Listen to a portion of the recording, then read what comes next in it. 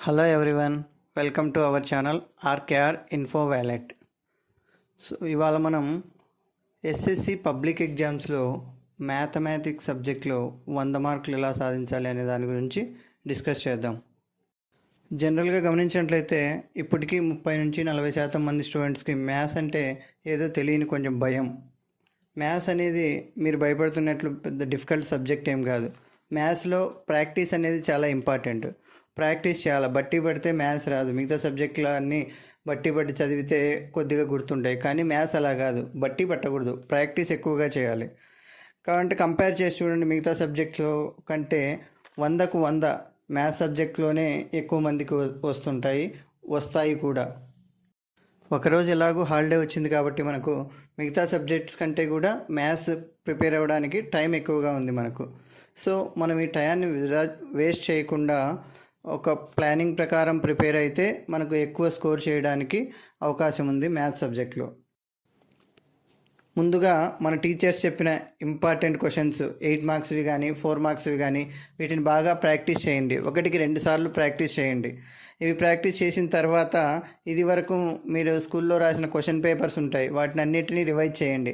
వాటిలో ఏ క్వశ్చన్స్ ఎక్కువగా అడిగినారు, ఏవి మనం బాగా చేయలేకపోతున్నాము, ఏవి బాగా చేస్తున్నాము, బాగా చేయలేని వాటిని 1-2 సార్లు మళ్ళీ ప్రాక్టీస్ చేసుకోండి. ఎందుకంటే మనకు చాలా టైము మిగతా సబ్జెక్ట్స్ కంటే ఇందులో ఒకరోజు ఎక్కువ టైం ఉంది. సో కాబట్టి మీరు నిదానంగా అన్ని పేపర్స్ ముందు పెట్టుకొని ముందు ఇంపార్టెంట్ క్వశ్చన్స్ అన్నీ ప్రిపేర్ అవి, దాని తర్వాత క్వశ్చన్ పేపర్స్ అన్నీ రివైజ్ చేయండి ఒకసారి బాగా. అన్నీ ప్రిపేర్ అయిన తర్వాత ఇంకా మీకు టైం ఉంటే last 2 years 3 years back question papers, supplementary papers ఇవన్నీ తీసుకొని వాటిలో కూడా గమనించండి ఏ క్వశ్చన్స్ ఎలా అడుగుతున్నాడు, క్వశ్చన్ పేపర్ ప్యాటర్న్ ఏ విధంగా ఉంది, ఎలా క్వశ్చనింగ్ అడుగుతున్నాడు, దానికి ఏ విధంగా మనం సమాధానం రాయాలి. ఏమన్నా డౌట్స్ ఉంటే టీచర్ని అడిగి క్లారిఫై చేసుకోండి. ఫార్ములాస్ బాగా చదవండి. ఫార్ములాస్ తర్వాత డెఫినేషన్స్ బాగా నేర్చుకోండి. వాటిని 1-2 సార్లు పేపర్ మీద రాసి ప్రాక్టీస్ చేయండి. డెఫినేషన్స్ కానీ లేదా ఫార్ములాస్ కానీ వీటిని మనం నోట్స్లో కానీ లేదా టెక్స్ట్ బుక్లో కానీ ఒక ప్రాబ్లంను చూస్తున్నప్పుడు లేదా ఆ ప్రాబ్లం బట్టి పడుతున్నప్పుడు ఇది ఈజీగా ఉందిలే, ఇది వచ్చేసిందిలే, మనకు ఇది అయిపోయింది, నెక్స్ట్ ప్రాబ్లంకి వెళ్దాం అనే థాట్ వస్తుంది. కానీ అలా ప్రాబ్లం చూస్తూ ఉండడం కానీ లేదా బట్టి పట్టడం కానీ చేయవద్దు.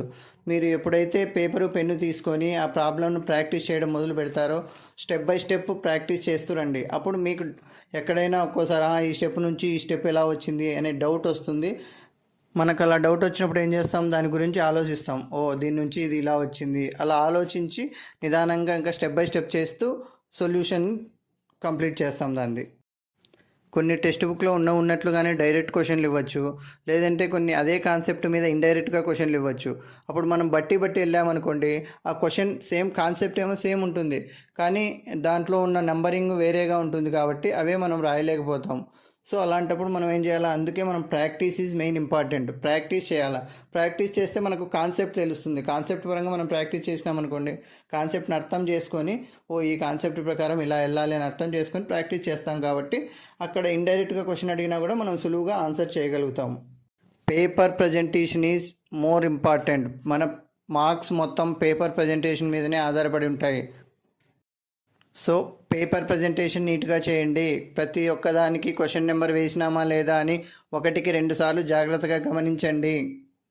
డెఫినేషన్స్ కానీ ఎక్స్ప్లెనేషన్స్ కానీ అడిగినప్పుడు వాటిని కొంచెం జాగ్రత్తగా గమనించి రాయండి. అవి 2 మార్క్స్కి అడిగాడా 4 మార్క్స్కి అడిగాడా. 4 మార్క్స్కి అడిగినప్పుడు వాటిని ఎంతవరకు రాయాలి, ఎలా ఎలాబొరేట్ చేసి రాయాలి అనేది గమనించి జాగ్రత్తగా రాయండి.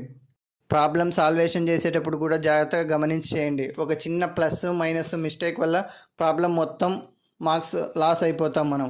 ఎక్కడన్నా tan θ బదులు sin θ బదులు cot θ ఇలా పెట్టినా, లేదంటే ప్లస్ దగ్గర మైనస్ దగ్గర ప్లస్ పెట్టినా ప్రాబ్లం మొత్తం మార్క్స్ లాస్ అయిపోతాం. ప్లస్ మనకు ఆన్సర్ రాదు. లాస్ట్లో ఆన్సర్ రాక అదే క్వశ్చన్ మీద కాన్సన్ట్రేట్ చేస్తూ మిగతా టైం వేస్ట్ చేసుకుంటాం.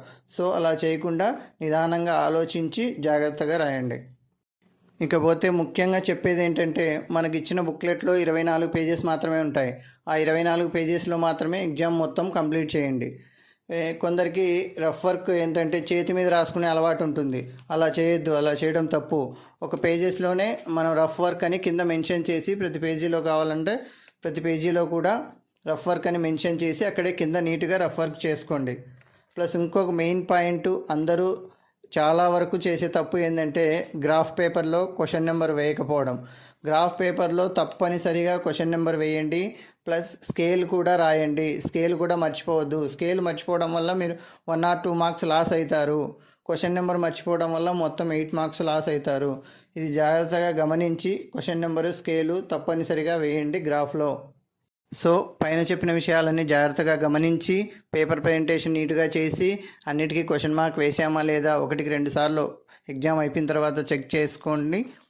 100కు 100 మార్కులు తెచ్చుకోవడానికి సిద్ధంగా ఉండండి. All the best. Thank you.